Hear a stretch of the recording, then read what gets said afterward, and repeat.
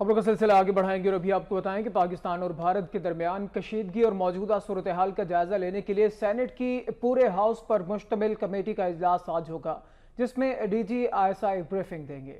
Saint اجلاس میں وقفہ سوالات کے دوران وزارت داخلہ نے ایوان کو بتایا کہ بھارتی حکومت نے پٹھان کوٹ ایئر بیس حملے سے متعلق کچھ دستاویزات دی تھیں۔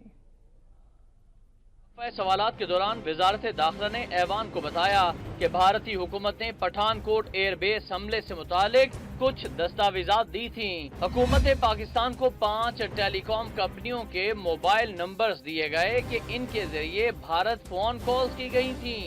وفاقی وزیر شیخ آفتاب نے مزید بتایا کہ خفیہ ایجنسیاں تحقیقات کر رہی ہیں، جیسے ہی وہ کسی نتیجے پر پہنچیں گی ایوان کو آگاہ کر دیا جائے گا۔